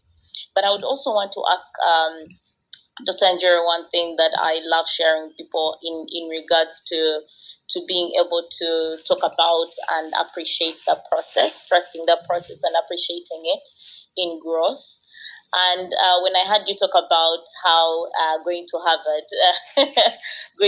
you're going to achieve it, but then what next, you know? And like it got me thinking a lot, because normally when we want something, we want it until we have it and we are like, oh, I could actually achieve this. What was I up to? What was I thinking? What was all the self-doubt I had? So I just want to say, when you are going through something like right now, the what you're going to be achieving, the accomplishment of getting yourself into Harvard, and of course graduating in next year in March, I would just want to know, when you're going through the transition, or when you're going through it, the process of studying, are there things you look at and say, you know what, I got here? Or the self-doubt. Let me talk about the self-doubt. Do you reach a point where you tell yourself, I couldn't have achieved this if it wasn't this, you know? Or you're always up in yourself and telling yourself, you know what, I deserve this, I was supposed to be here? Because I know a lot of people personally, before becoming a career development coach, even as a career development coach, sometimes I get into a moment of self-doubt. But because I did NLP and I get to tell myself, you know what, these are just limiting beliefs, I get a hold of myself. But for people here who are listening, who get into those moments of, do I even deserve to be here? The imposter syndrome, do I deserve to be here? What is that one thing you tell yourself that grounds you and reminds you that, you know what I am right now, I deserve it, and what I'm on, the journey I'm on, I deserve it? I just want to know your feedback in regards to this. Otherwise, thank you so much, everyone, for sharing with us, even Dorsal, for sharing the knowledge you've shared with us. That's it for me. Thank you.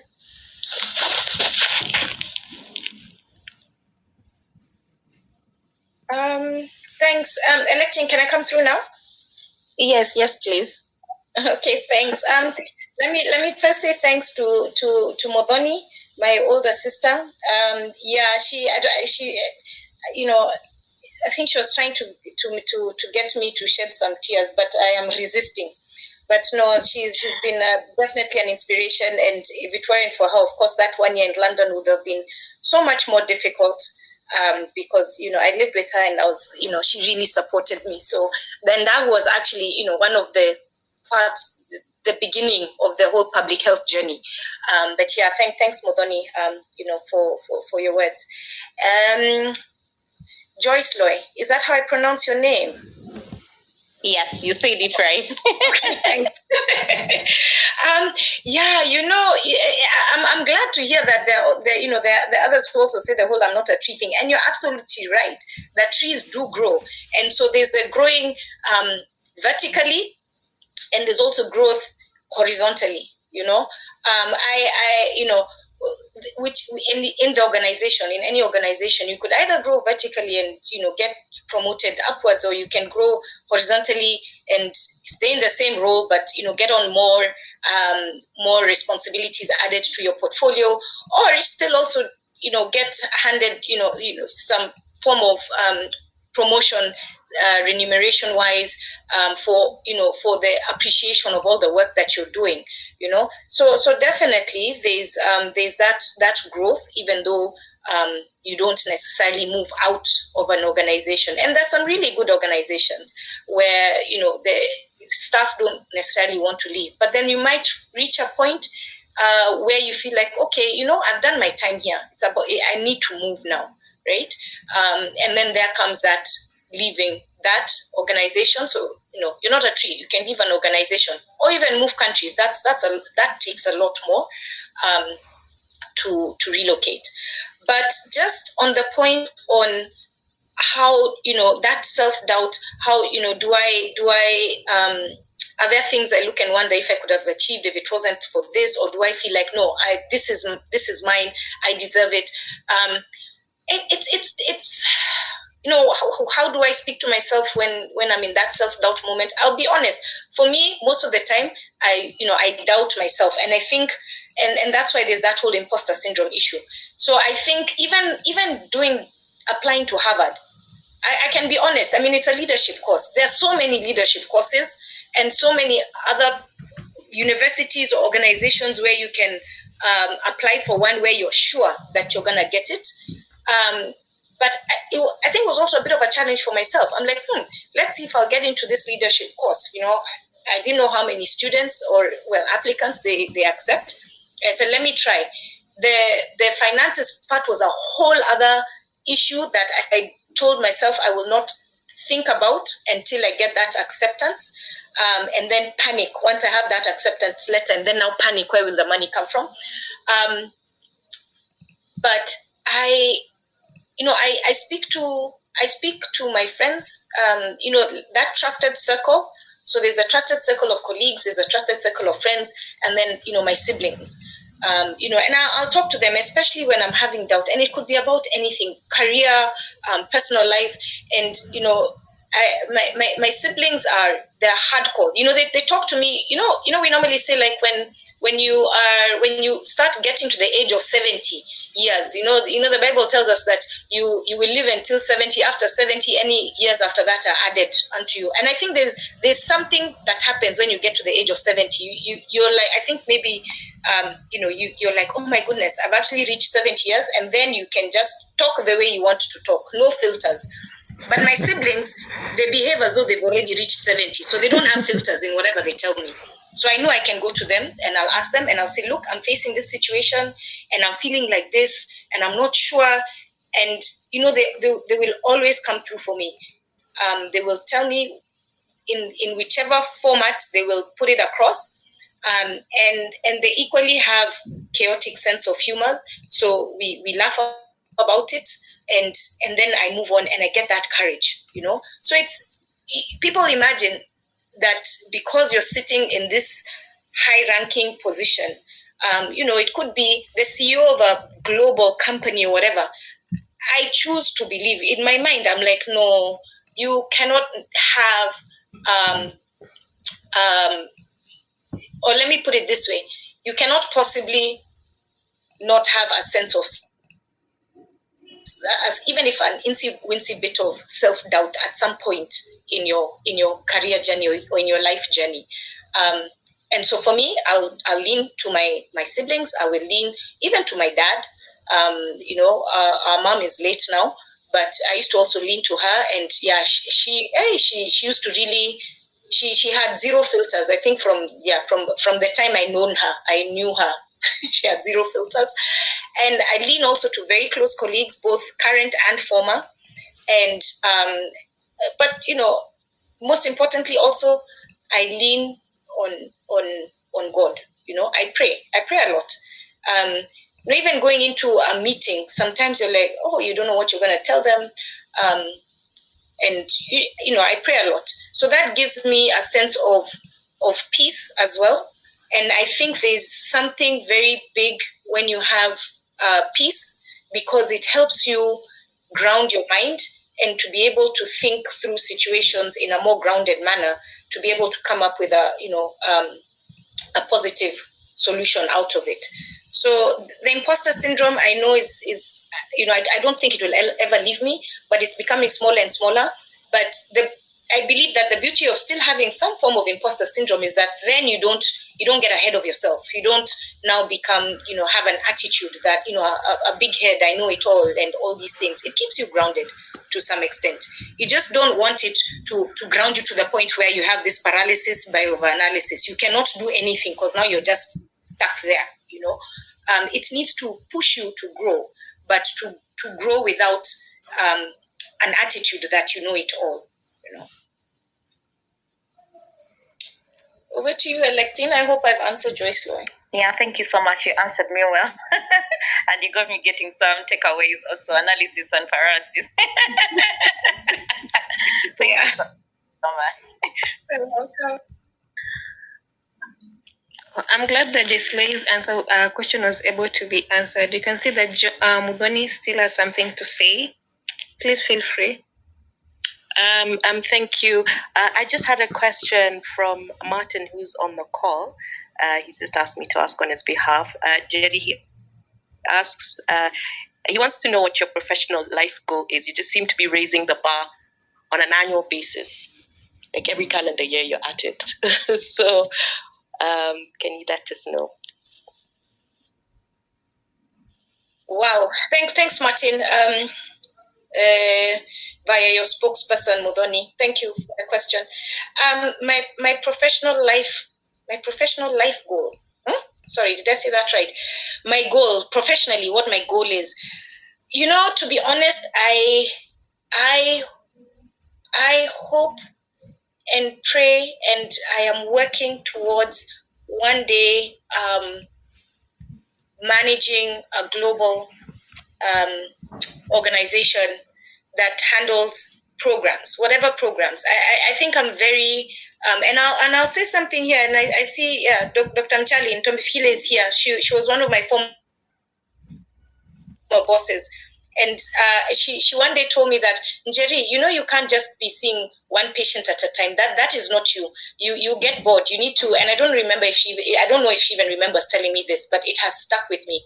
She's like, you are somebody who needs to handle big things, big big programs, and it's true. I feel that my impact is felt more when I handle when I'm able to touch several patients at the same time. And I think the only way I see I can do that is by managing a program, rather than perhaps sitting and dealing with one patient at a time. Clinical work is still a passion of mine, but I'm still navigating in my mind. How can I be able to balance the two? See my patients, but also manage a program that touches several hundreds of thousands of patients and provide services to those patients, whether it is in eye care, whether it is in HIV and TB, whatever it's going to be. It could even be in diabetes or hypertension, but just, a program is a program. It reaches a certain level where you just need to understand the program. The disease is, something else. But then the program, how to manage a program, I believe is just, it's almost like a copy and paste sort of thing. But yeah, I think that's where I see myself. I don't know where, when it would happen, but I feel that that's one of my career goals. But then it won't stop there. We'll keep pushing the bar. But thanks. Okay, thank you so much. Before we come to a close, I'll give you an opportunity to say your final word. I'm just going to give Dr. Gugu an opportunity to say what she has to share with us. Then you'll say something before we come to a close. Okay, sure. Okay, thank you very much. I just wanted to say thank you to Dr. Njeri for extending an invitation for me to join this talk. I've only known her for 6 months, and I can attest she is who she says she is at all the things that she's saying. But the most important thing for me is just to have learned from her leadership. In public health, especially the positioning of an NGO working with the Department of Health or the Ministry of Health, is that you cannot go there and join the choir of pointing out challenges. It's important to always to have the attitude that she's saying of always looking at the cup half full rather than half empty. because it's important the character and the energy that you bring into the room to solve problems, to help find solutions, even in complex situations. And also being very adjustable and flexible, and being very alert in learning different cultures. And I've really learned a lot from just how she handles her very big team of over 1,000 people, and also just how that team is such a high achiever in the institution that we work in. So kudos to you.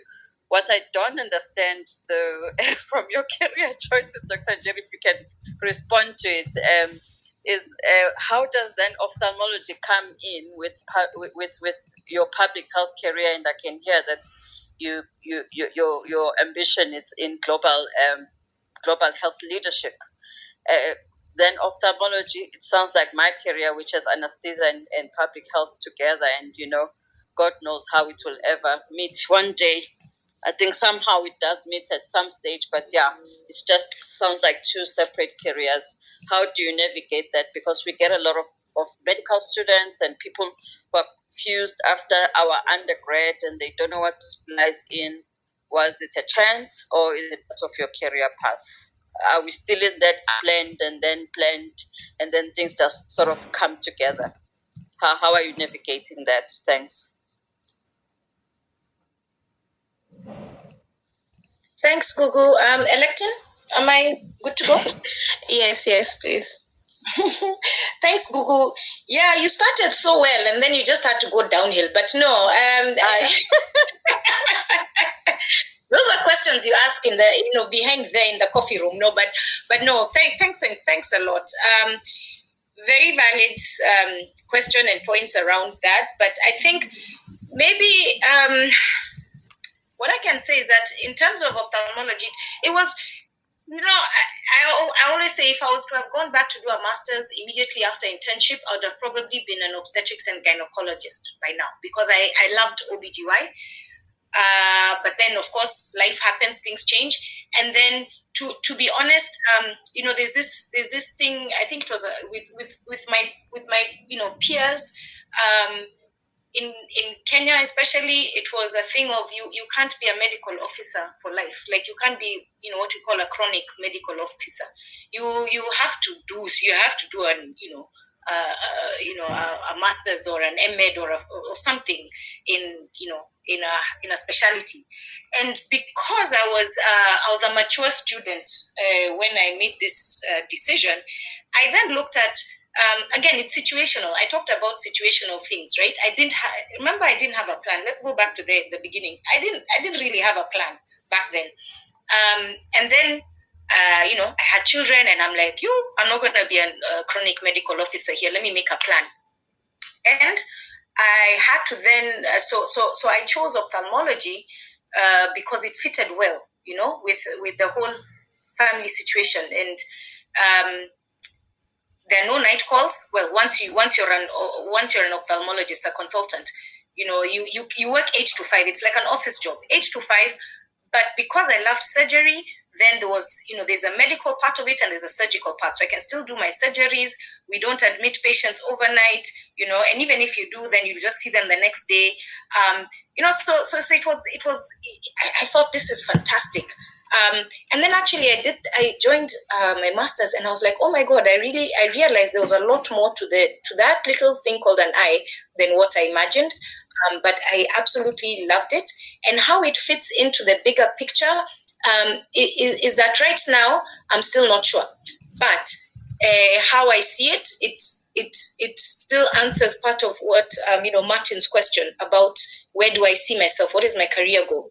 And it could be that, handling a massive, a huge, global program. I'm thinking global. We have to think big. Like I said, I'm a diehard optimist. Global program. Ophthalmology falls under non-communicable diseases. Who knows? Maybe in the organization that we are in right now, we can, have a non-communicable disease division, which I can head up and, go out and get funding to implement all these, programs: diabetes, hypertension, cardiac issues, ophthalmology.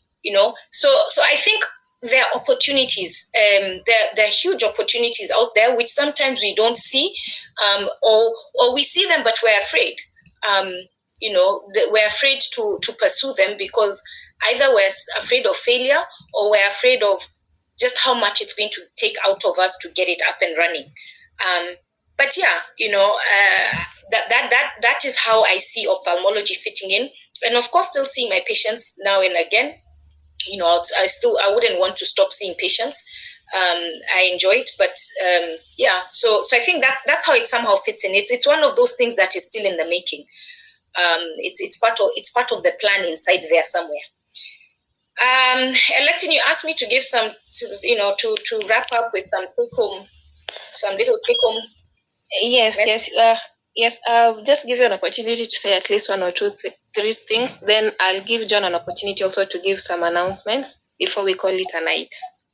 Okay, thanks a lot, Elect. I think just a few pointers, like 4.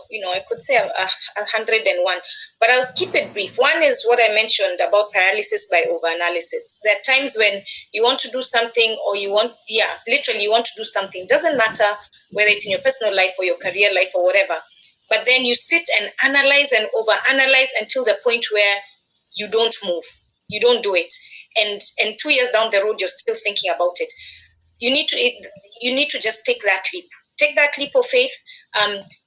If your thing is to pray about it or to meditate about it, whatever it is, get yourself into a space where you can think about it without overanalyzing it, and just take that leap of faith. It's either it will work or it won't work. If it works, well done. If it doesn't, learn why it didn't work. Sit and then look through, why didn't it work? What can I do better next time? And how can I improve? Whether it is a course you applied for and you didn't get in, what can I do to improve my application? But never give up. And then that brings me to my second point about consistency. And Joanne mentioned it earlier about, consistency is key. Whatever it is you're doing, be consistent. Even in your character, be consistent. I crack jokes, sometimes very tired jokes, but it loosens up the mood, and I'm consistent with it. Whether we are with our funders, whether we are with our senior leadership, be consistent even in your work ethic. With your work ethic, there's always somebody who is looking up to you, and you only realize this. I've had somebody who came and told me that I was their mentor, and I was shocked. I was like, really? And they said, yes, since the first day I met you, you've been my mentor. But it's funny because, like I mentioned earlier, I used to, I have some mentors, silent mentors on LinkedIn, especially, who I stalk on LinkedIn, and they're my mentors. So interesting that the same thing happened to me just recently. So be consistent. Then the third thing I would say is, have a passion and a purpose, and just be proud of who you are. Sometimes we get, very severe hits in life, whether it is in our personal life or career, work life. You can get a very severe blow, which will make you rethink, like, oh my God, what am I doing with my life? How did this happen? But you know what? You've reached where you are for a reason. And so just be passionate about what you do. Be passionate about who you are. Have a purpose, and be proud. Overall, just be proud of who you are. I could have also said have a plan, but remember, the plan is situational. So still have a plan as you go along. And then lastly, don't be afraid of change. Change is inevitable. It will happen one way or another. Same way, where each year you grow a year older, and guess what? You're going to start growing gray hairs. Even if you paint them whatever color. I've been coloring my hair maroon for the longest, red maroon, and then I discovered the other day that there was some little grays peeping, and I freaked out. I told my sisters, "Oh my God, I have 3 gray hairs." And they laughed at me, and they're like, "Yeah, it's about time. We've been having gray hairs for the last 20 years or something, But possibly it's because I was coloring my hair. So don't be afraid of change. Change is going to come, and you just need to embrace it and have a positive attitude towards it. And final thing I'd say is be an optimist. It makes this difficult world just a bit easier to navigate. Thank you so much. Thank you so much for our listeners and the questions that you've been able to ask our guests today. So I'm just going to give Joanne an opportunity to give us some few announcements before we call it a day or a night from wherever you're listening from us. Joan, can you hear me? Yes, thank you, Electine. Can you hear me? Okay, thank you. Thank you. Please go ahead. All right. I just have a few announcements. Thank you so much, Dr. Njeri, for sharing your insights with us. To the audience, if Dr. Njeri is just one of the 18 co-authors of the SheLeads book. So if you want to get to hear more women like her, we're having an event on Wednesday.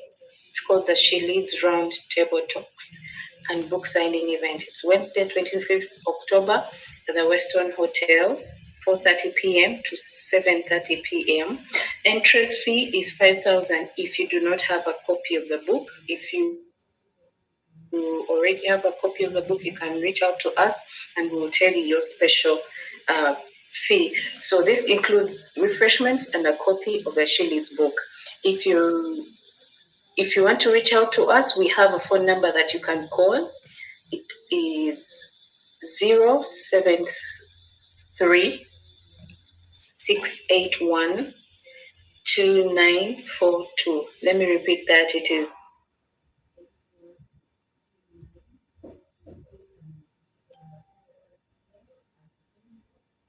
7, or you can at zionpowerpublishers.com.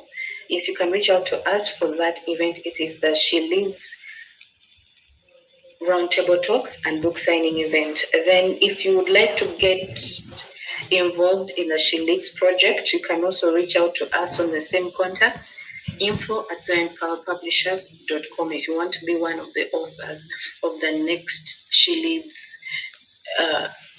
book. And then we have a SheLeads Summit coming up in 2024. So I would like you to mark your calendars for the 24th of March, 2024. We will be having more conversations with all the women who have contributed in the SheLeads project. So if you would like to get a copy of the book, which combines all the works of these ladies like Dr. Njeri and her colleagues, you can find them at Nuria Bookstore, at the Bazaar Plaza, also Somanami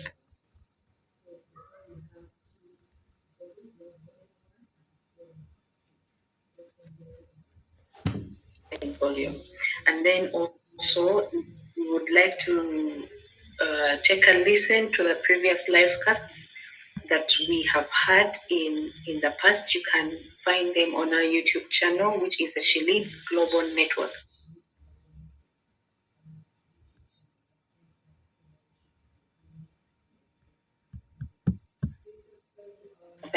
Subscribe our newsletter on LinkedIn. Our page is Zion Publishers. I thank you so much for joining in tonight. It was awesome having you, and have a blessed night, have a blessed day. Thank you for the sacrifice, and I hope you have learned something new today. Have a good night. Thank you. Thank you everybody for joining. Bye-bye. Thank you so much, Joanne, for that announcement. She just missed. In case you can also purchase the book from Amazon for those of us maybe who are not in Nairobi, because for the places she has mentioned earlier is in Nairobi. You can get the book also in Amazon. Thank you so much for joining us. Thank you for my co-hosts, Joanne and Doso, and also Dr. Njeri. Have yourself a lovely morning, evening, or night. See you on our next live cast. Thank you. Thank you. Bye.